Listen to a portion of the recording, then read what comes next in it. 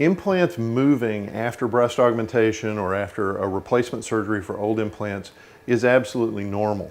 How much you feel that movement varies widely from person to person.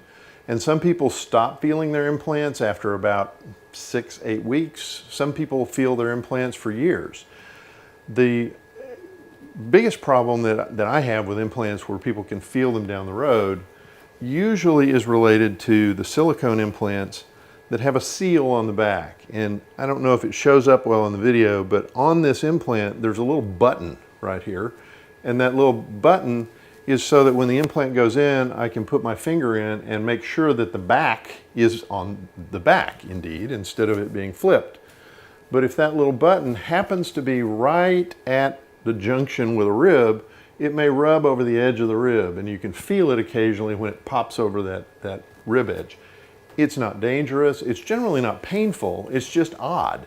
And some people get used to it, some people don't. But movement of implants is a necessary thing because breasts move. If your implants just sit there, they look really, really fake. So movement is just part of having implants. Sometimes you feel it, sometimes you don't.